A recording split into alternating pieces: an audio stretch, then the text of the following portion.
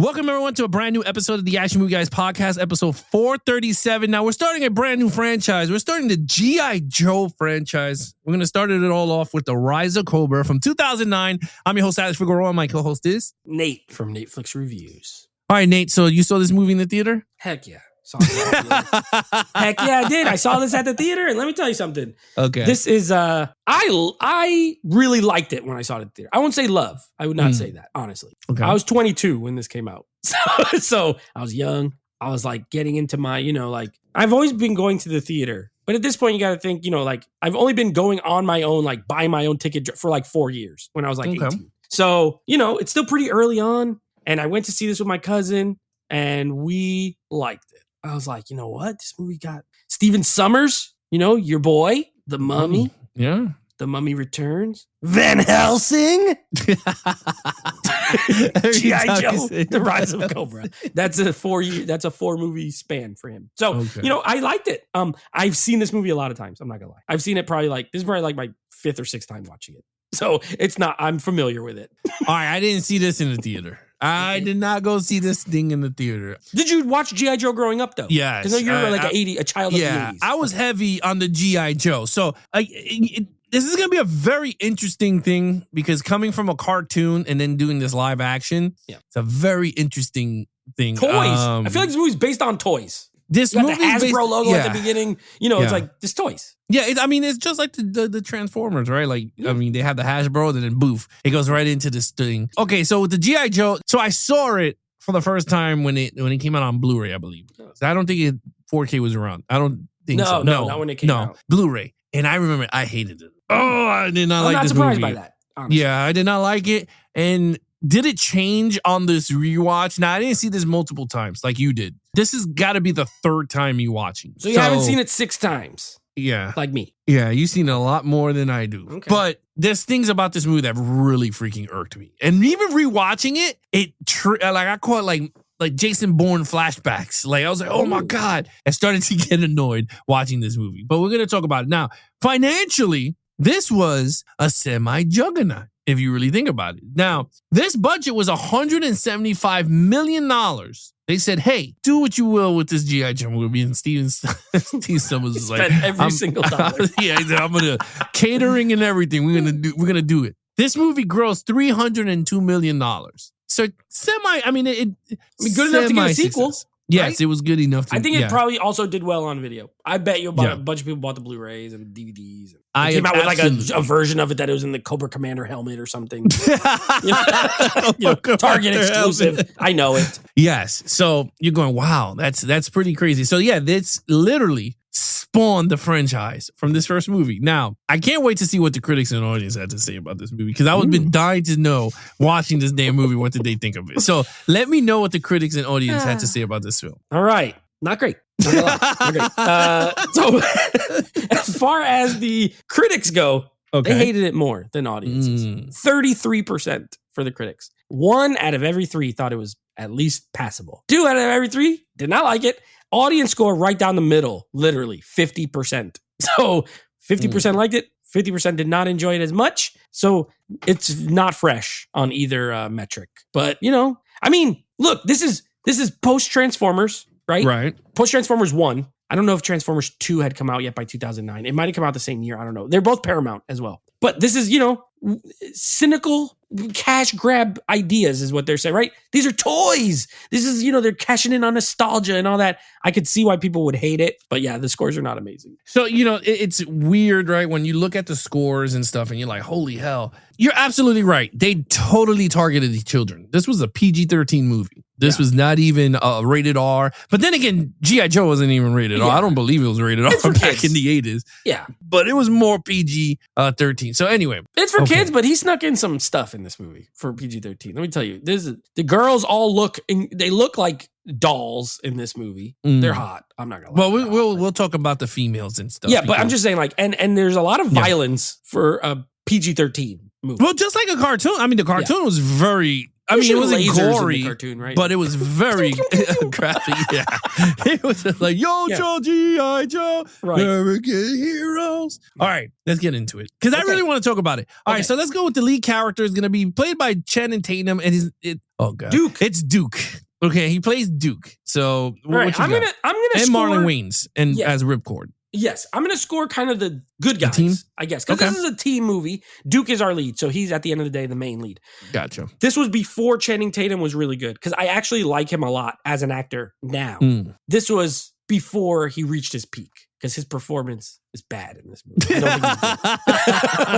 I don't think he's good in this movie. How's the character? I think it has a decent arc. I don't really, Duke, I did not grow up watching G.I. Joe. It was a little bit before I got into like cartoons, because I would have been like, I wasn't born when this came out. So I watched more 90s, Batman, X-Men, stuff like that. So I'm not super big on lore of G.I. Joe. I don't really know. So I don't know how Duke is in those things. But in this movie, I like his arc. He's directly connected to the main villain. I always like when an action movie does that, because he used to be engaged to the Cobra's commander's sister, and then she, turns bad and all this stuff. I'm cool with that. We've talked about movies where like the villain has some kind of tie to the hero. Fine. Channing Tatum, horrible. But even though I like that, it's kind of basic. I mean, he is like an action figure hero, right? Good guy, military, wants to join the G.I. Joes. He's the best at everything, of course. He scored in the 99.5 percentile.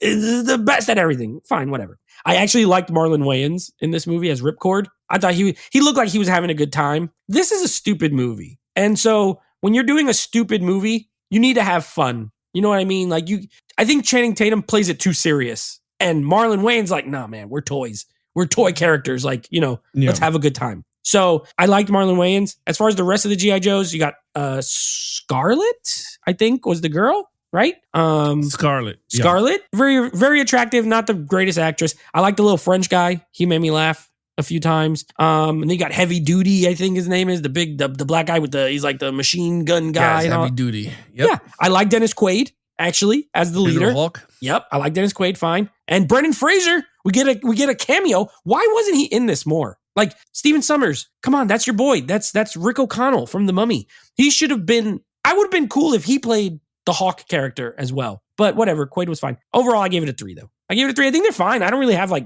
don't hate them. I don't think they're terrible characters. They're cartoon characters in a live action cartoon movie. So I gave them a 3. Okay, this is the problem I had with the movie, was the characters. Duke was not this Duke.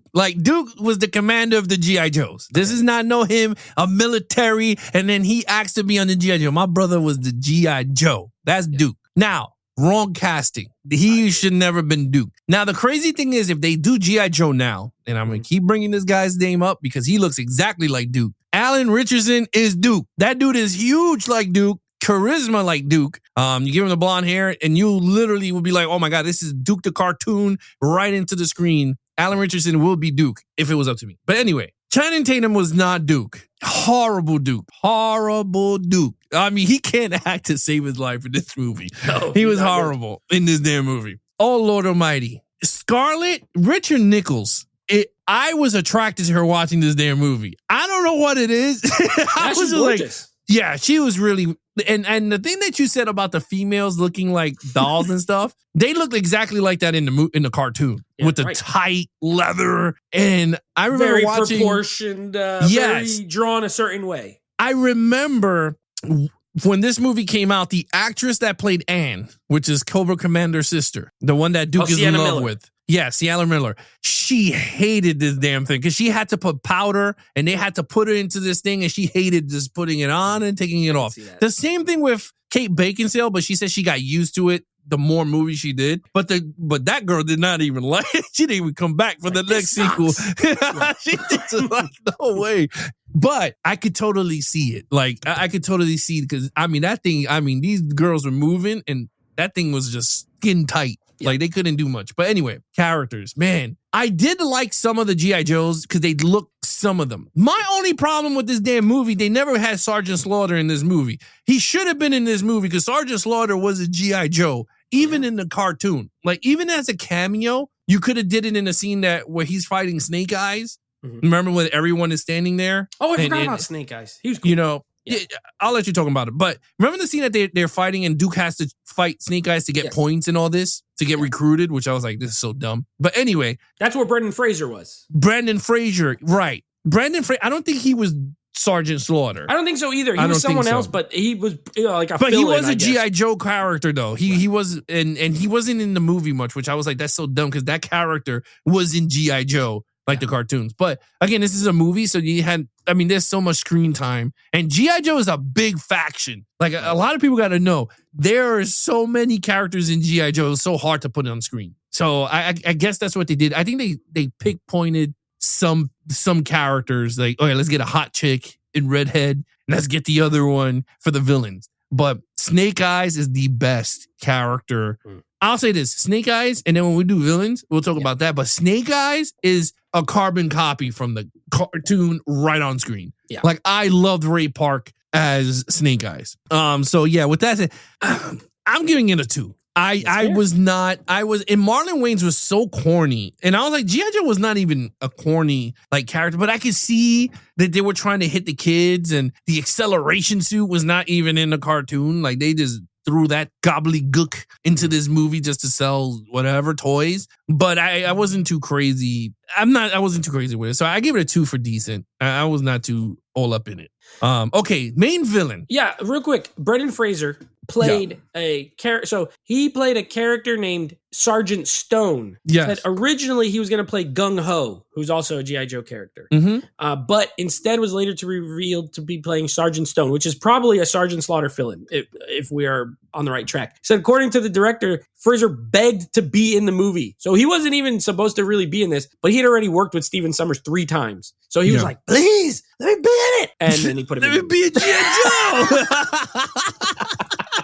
Let me be in a stupid movie. And he gave him for free. And he was good in that little cameo. I liked him. I thought he was, he was still young and fit. He could have been in this movie full. To be honest with you, Brendan Fraser is a G.I. Joe character. Like, he was that one of those characters. Like I said, there's a lot of actors here that I would say, yes, Dennis Quaid, hands down. Yeah, he was good. He looks exactly like General Hawk. Like, you're going, wow. Channing Tatum as Duke, hell freaking. Also, his assistant, that model, she's a model, the blonde one. The one that got stabbed? Yes, and her character's named CoverGirl, which is apparently another actual G.I. Joe. Yeah. But she was a horrible actress, too. She's just a model. She was hot, though. But what? Yeah. I mean, super model. But let me tell you, the villains is where it's at in this movie. The villains. Let's get to the main villain. Now, villain, we got the Doctor, which is a.k.a. Cobra Commander. Cobra Commander. Cobra Commander. Stupid voice. Yeah, and then you got Destro.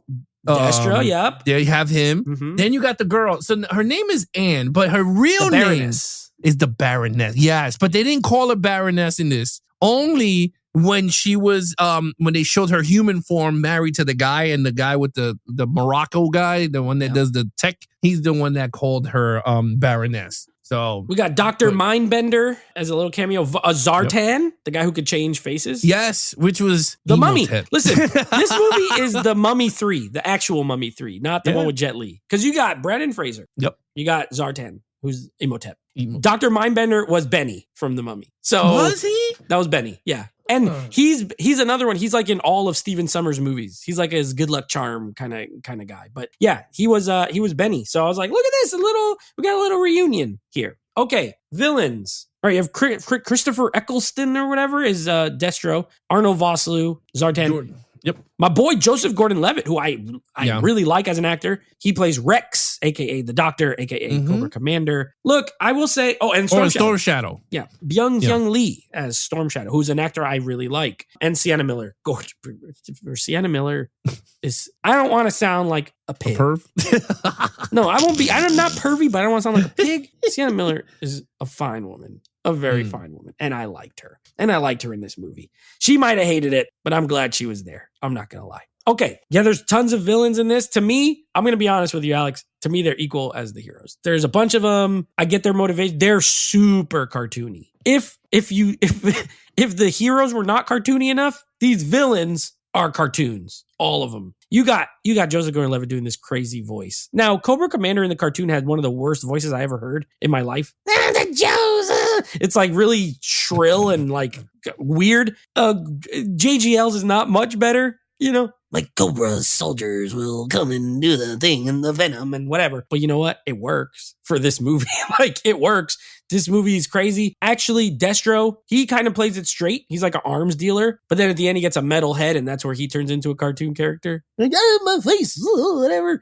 I like Zartan, that he turns into the president at the end and he like infiltrates the White House. So I think the villains are cool. Storm Shadow's awesome. Obviously, he kind of, to me, it turns out the best because he plays it totally straight. And him and Snake Eyes got this rivalry right throughout the whole thing. And they fight each other and he gets his hands dirty. All the villains do. I'm going to give him a slightly higher score. I gave him a 4 because even though they're stupid, I feel like they got the assignment correct with the villains and they really played it how you need to play it in this kind of movie. So I actually gave him a 4. So this is where I agree with you on this one. The villains are way close, semi-close to the cartoons. We'll talk about storyline, but semi-close to the cartoon. Cobra Commander, I always loved Cobra Commander's voice in the cartoon because it was menacing. Like, it was deep, but it had like, he sounded like a snake most of the time. And that was the thing. But he had this dope helmet. I ain't gonna lie, he had this Cobra Commander helmet. It was just like a silver, right? Yeah, but it looked, and it had the Cobra thing on the side. Like I always liked the villain of Cobra Commander. But this movie, it's really not Cobra Commander because you really don't even see him in the whole suit. You don't get the voice. Not even towards the end, they changed the voice modulator changes into the sequel. So I wasn't too fond with the doctor brother semi G.I Joe, and then he was like the super genius and all this. I didn't like the character. Jordan Gordon-Levitt, he was good in the role, but honestly, there was not much role to do. I mean, he was in a dude in the mask. So I was just like, whatever. Destro, he was okay, but again, Destro was the silver face guy in the cartoon. So he wasn't a human. Like I guess what they did was like they did the origin to everybody. Right. Which was so dumb. In my opinion, they should have just started off like X-Men. You had the villains and you got the heroes in the same world. Like, let's just start off this movie off the bat with Deathstar and Cobra Commander doing evil stuff. But they didn't do that. Baroness, I mean, I agree with you. I was all up in it. With the glasses, I was like, oh my God. Yeah. She was really good. I'll talk about her in the storyline. But I thought she was, again, the villains were way better in terms of characters. Storm Shadow, let me tell you, Storm Shadow and Snake Eyes stole the whole movie. I don't care. And their origin is true to the whole thing. Like, that was the only storyline in this, I will say, in this movie it was real. He took the oath of silence when they killed his master. Snake Eyes did. And I mean, Storm Shadow killed it. That is exactly. And I was like, you know what? This is the only storyline that was pretty good. Yeah. But my boy, when they were fighting in oh God, we'll talk about that actually. Yeah. But yeah, in terms of villains, in terms of plot and everything, I had to consider that. I agree with you. I gave it a 4. They were way better than the heroes in this movie, the villains, in terms of that. And the villains were kind of dumb. Like, what G.I. Joe? This is what got me irked. What G.I. Joe is going to let you shoot a missile into the Eiffel Tower? No, G.I. Joe. You look at the cartoons, we never did that. They would never, ever, because they were American heroes. Well, to be fair, and maybe this is why the movie is called The Rise of Cobra, and maybe that's why the villains are kind of stronger. Like, it's not that they win, but they do a lot of damage. But Nate, this is the problem I have with these cartoons. When they turn cartoons that were really good into movies, they could have had the Cobras not known as Cobras to the world. Like, they could have been known, right? And they could have did something big, like a terrorist attack, and they'd be like, who are the organization behind there? And all of a sudden the screen comes up, and then you hear the voice, and then they're like, who are you? And he's like, I am Cobra Commander. And I'm like, oh shit, this is it. And with Destro standing next to him, like in this, like because we see it in the movie, so in Olympus Has Fallen. Yeah. They take over the camera feed for some reason. They have the camera feed to the White House. Why can Cobra Commander do that? And General Hawks would be like, oh my God, it is true. He has risen. I would have been like, oh, this is what I'm talking about. Yo, Joes. Knowing is half the battle. That's right. He said that in the movie. That was corny. It was stupid. That was stupid. Anyway, 4 for me. You gave it a what? 4. A 4 also. Okay, action sequence. All right. I'm not gonna lie. There's a lot of. First of all, there's a lot of action in this movie. Yes, like there is. A lot. If you're an action fan, or if you're listening to this, you're an action movie fan. But you will not be let down with the sheer amount of action in this movie. You won't, because there's a ton. Now, will you be let down with the execution? That's a different story. I was mostly not. I liked it. this is why I've seen this movie so many times, because I actually really enjoy the first hour of the movie. I like the second hour less because we'll get to it. First of all, first hour.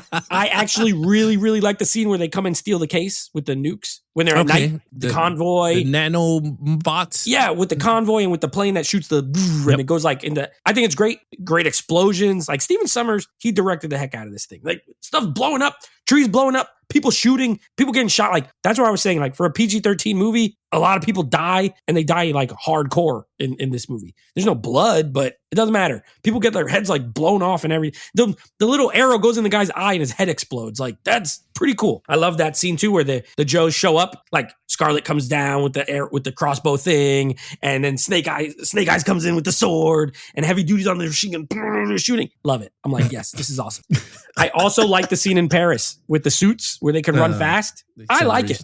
Yeah, I like it. I think what I like is that it's different. I've not seen that on screen. A suit like that where you could run fast, jump, do all that, and it has like machine gun arms, and I think it's a fun scene. I like when Scarlet gets on the motorcycle, and I like that whole chase scene. I think it's really good. You got Snake Eyes jumping on off the car, spinning on the other car. Cool. Love it. 5 for me at this point. We get to the second hour. And to me, the movie slows down so hard when they get to the snow base thing. Well, it's underwater. First of all, villains, it's underwater. I'm like, oh no, we're going underwater. He said, oh, and then no.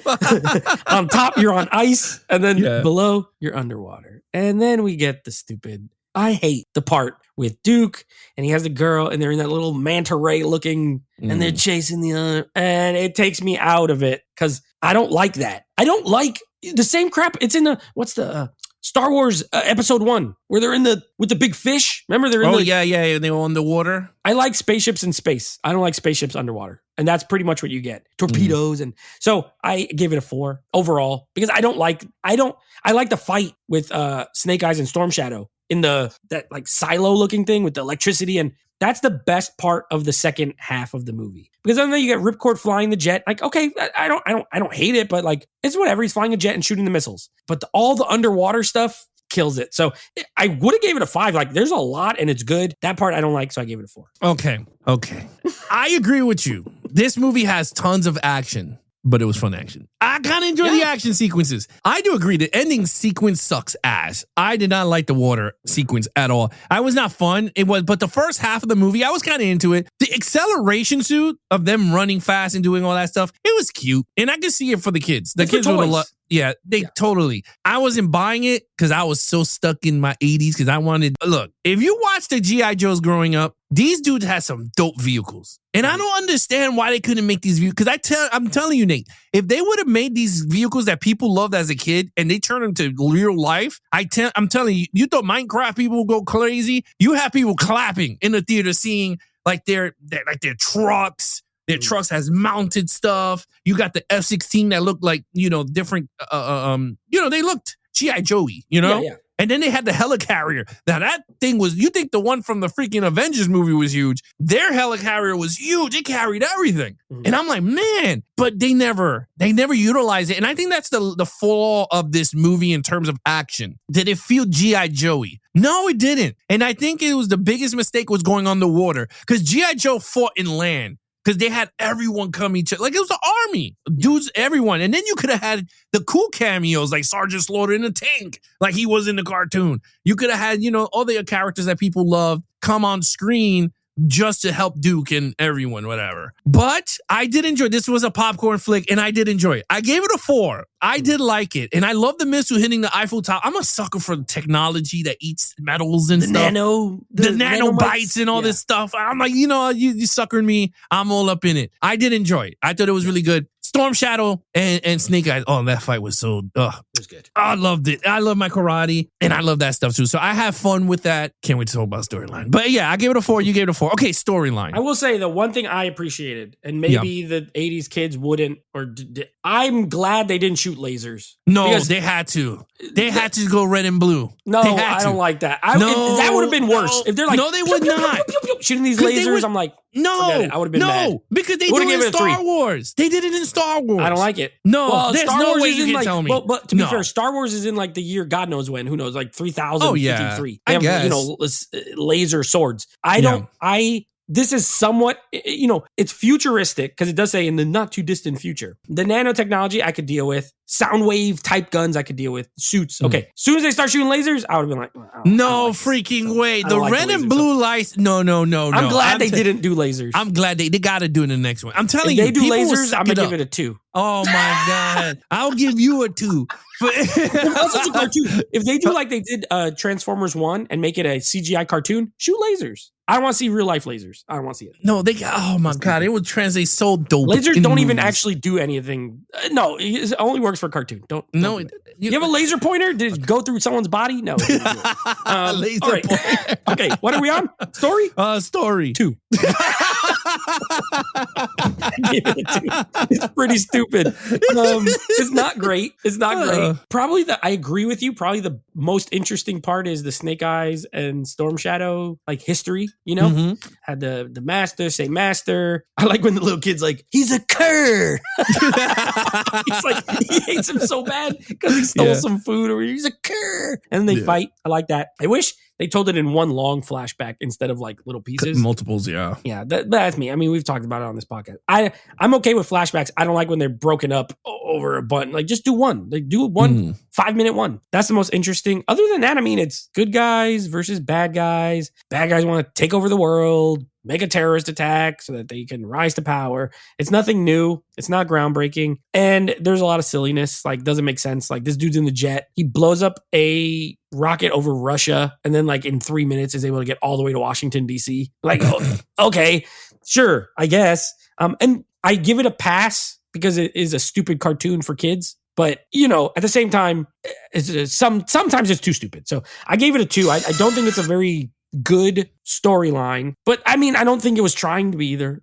Personally, like I watched this, I'm not like they're really trying to nail the writing, and I don't think they were. They wanted to blow stuff up and make an action movie. So 2 for me. I gave this a 1.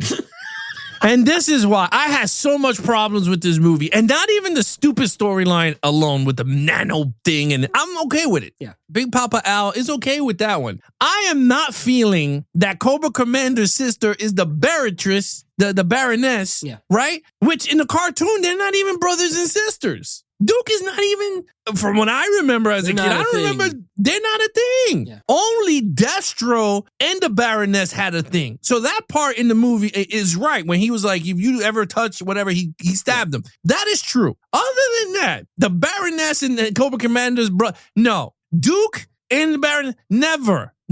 And this movie's problem is the whole like, oh my God, did you see her? And he's about to shoot her, but he can't. Anna, put the thing down. Anna, don't do this. And she goes, you can't do it right now. You can't do it. And I'm like, well, I can't do it. You looking at it fine. Like, what are you doing? Right? Like, that story, and it really bothered me watching this movie because a lot of scenes were that irking. Like, it just irritated me. I don't know how you felt with it, but it was just like, did you see him, dude? And then it was like, yeah, I did see her. Don't say nothing. And then all of a sudden they see each other, and she was like, just put the keys down, dude. And it was like, no, like, stop. Like, this love interest shit is really horrible in this movie. And then they're she's going, the fake head hurt. And then she see flashback of them rolling in the grass, kissing, and they're eating lollipops and in the beach. And I'm like, what is this stupid scenes? Like, why are there flashbacks? She's like, and I just hated it, bro. Busting through the nanotechnology. Yeah, well, whatever. And then there's Duke in the helicarrier. He's like looking, and then all of a sudden you see her and him making out. She goes, "I will marry you if you bring my brother alive." And I'm like, what? He gets blown up. And then I didn't have the courage to see you that day in the funeral. I hope you forgive me. And I was just like, what? Like, that part of the movie to me is the worst storyline out of everything. Yeah. Other than that, Cobra Commander seizing power, loved it. I thought it was pretty cool. At the end, when he stabs Destro in the neck and makes his face metal, said, what the hell? This should have been in the movie, the beginning of the movie. Yep. Would have loved it. But no, they did it at the end. I thought it was cool. Cobra Commander as I did not like the ending. When they showed their actual, I didn't like it because I was like, he does not look even remotely like that, even His in the mask cartoon. in this movie is dumb. It's horrible. Looks it's like it looked like they couldn't. The budget went into CGI water. They couldn't even fix these guys too. So in terms of everything, I didn't like it. The G.I. Joe headquarters under the Egypt was really stupid. Too.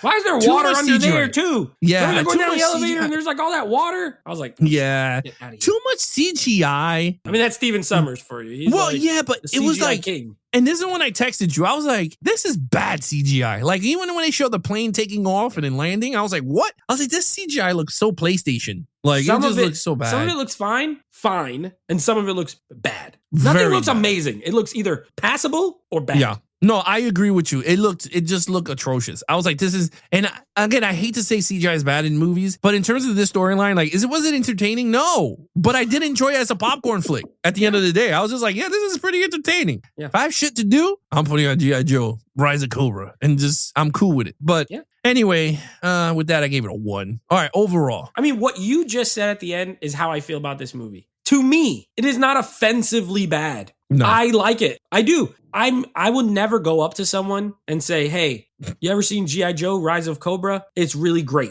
You need to check it out. I'll never do that. And if someone walked up to me and said, hey, Nate, you're an idiot. G.I. Joe, Rise of Cobra is a terrible movie. I would say, yeah, I could see that. You're an idiot. But I can watch it. I've seen it a lot of times. I own it. I bought it on 4K. I don't hate this movie. To me, guess where this is going? Watchable crap. This is Steven Summers' second watchable crap movie for me. Like The Mummy Returns. I don't like that movie. Remember the review. I didn't love it, but I sure as heck can watch it like any time. I feel that way about this. But you don't. It's question. I'm sorry to cut you off. No, go ahead. Do you feel like, because I know you didn't like Mummy Returns. Yeah. Do you think that movie's still worse than this one? Like, would you enjoy Mummy Returns now if you rewatched it over G.I. Joe, Rise of Cobra? I like G.I. Joe better than The Mummy Returns. Interesting. I find it more entertaining than The Mummy Returns. But I don't hate, I can't say I hate either one. Like, I could watch anyone, anytime. Like, if someone's like, oh, I want to throw on Mummy Returns, I'm like, all right, that's a flawed movie, but I can watch it. And I feel the same way about G.I. Joe. I give it a 3. Overall, I don't think it's horrible. I think it's a very distinct tone and what they're going for. They're going for popcorn. They're going for explosions, loud, fast. I think the first hour is much better than the second hour. I will say that. That last like 45 minutes I don't like it as much, but I find it entertaining. But I think it is crap. I would never tell someone this is a great movie, but I sure as heck can watch it.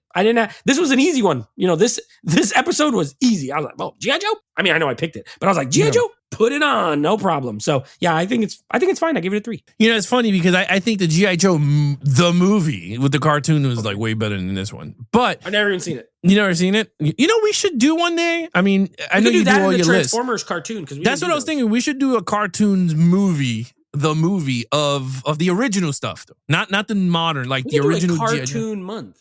Cartoon month. We'll do a Transformers. Yeah. We'll do a G.I. Joe. We'll do a Ninja Turtles and something. I'll find another one. Yeah, there should be another one. Is it Inspector Gadget the movie? Street Fighter 2. The animated. Street Fighter. Oh, that's technically is fighting. All right. Yeah. So overall, I agree with you. I did enjoy. I did.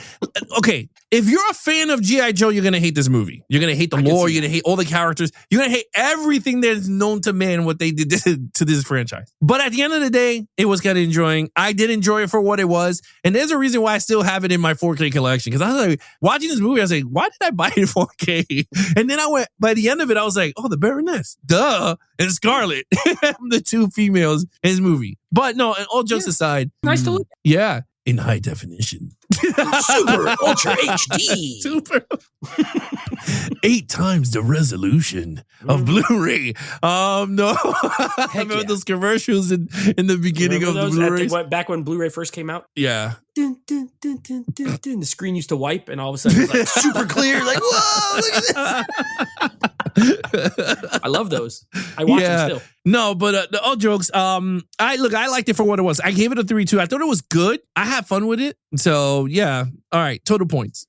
Okay. My total points is a 16 out of a 25. I like this movie. I don't care. I mean, you know, everyone has those movies in their roster where it's like, right. Everyone hates it. I don't care. I could watch it. I think it's entertaining. I think it's fun. It's nice to look at. It's easy. It's breezy. I agree. I gave this a 14 out of a 25. Yeah, I agree with you. With your watchable crap, for sure. Yeah. very watchable crap. It goes in that list. But anyway, with that said, Nate, what is coming up next on the podcast? All right. So next episode, we will be pairing up these G.I. Joe movies with water-based action films. So we will have a special guest on our next episode. Harrison will be joining us for a review of Waterworld. Kick it off with that. And then after that, we're going to the sequel, G.I. Joe Retaliation. Now, I'm going to tell you this, Alex. I have not seen the second one as much as the first one, but I remember liking the second one better than the first one. So why I haven't seen it more, I don't know. But I feel like this one also was on TV a lot, the first one. So yeah, I've seen it more times. But G.I. Joe Retaliation, we got a new director. We got some new